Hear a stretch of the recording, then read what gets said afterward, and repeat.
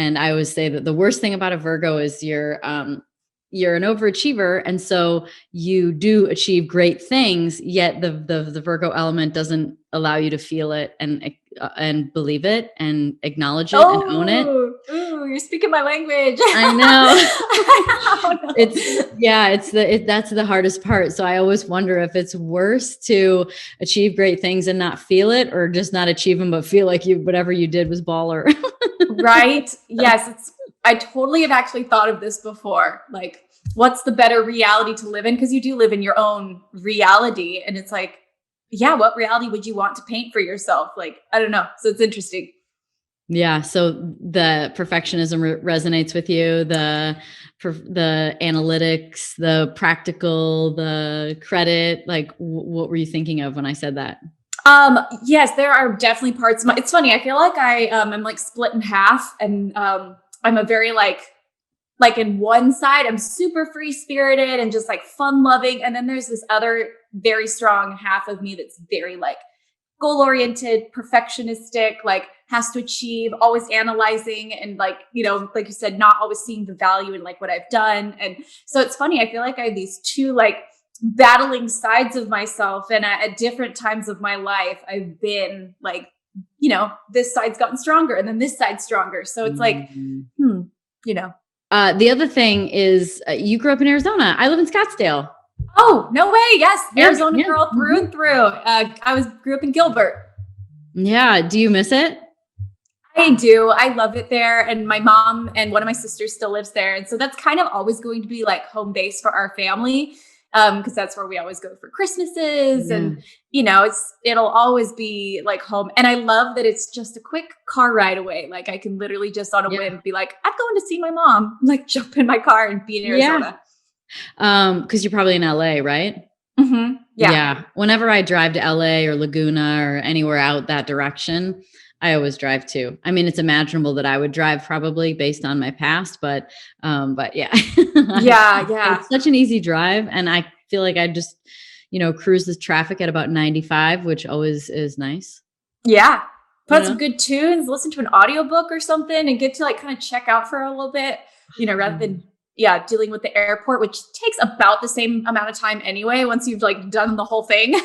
Exactly. Okay. Well, if you were going to be on a car ride on your own for 6 hours, what is it that you're putting on, or what have you put on recently to pass the time when you've driven?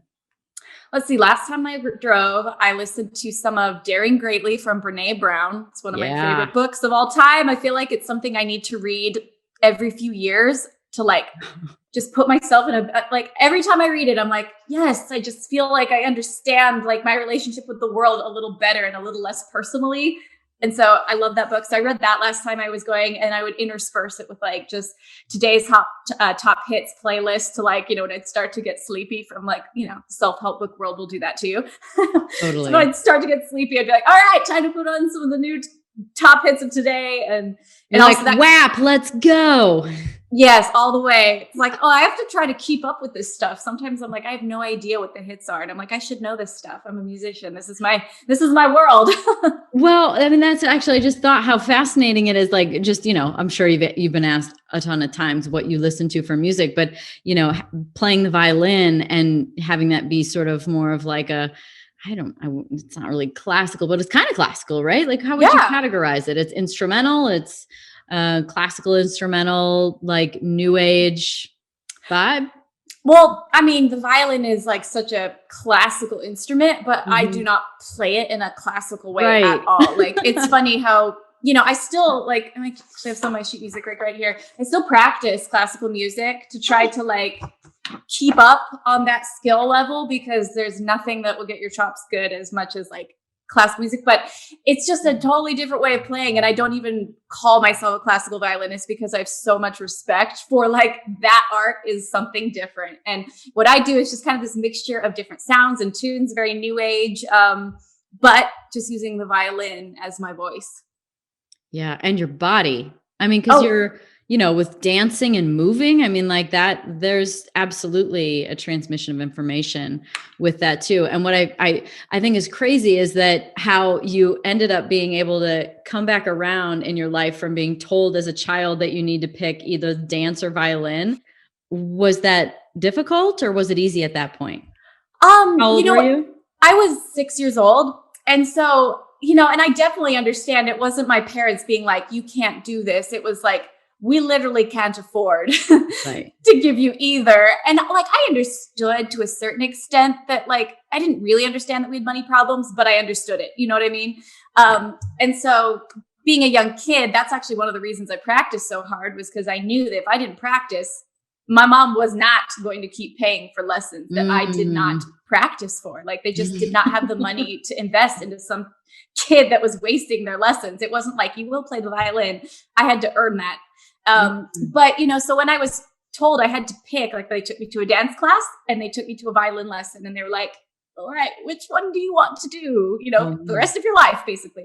And I think I was just so darn intimidated in the dance class because like there was all these other girls and they knew the little warm up exercises. And so I was like, I'll do the violin. Like it was a private lesson. I was by myself. No one was looking at me, So, but my whole life, I've just always wanted to dance. I remember I even auditioned. My best friend and I from high school laugh about it, that we auditioned for the high school dance team and we had no business being in that room. Like we laugh about it because we like made fools of ourselves because we just wanted to dance, and of course we didn't make it. And then it wasn't until I was in college that I thought, well, why can't I like at least move and express with the violin? Like I can do that. And it just has grown from there. Wow. So it wasn't until much later that the dancing came. Yes. Like, and it's funny, people like kind of assume that I, was a dancer and then combined it with the violin, but like, absolutely not. Like in college, I had never danced in my life. And I just started to like I said, it was just starting with like movement. And then I was like, I started to learn about like foot placement and, that's called first position. Like, you turn out, interesting. And so I started to learn like the proper form but it was all self-taught.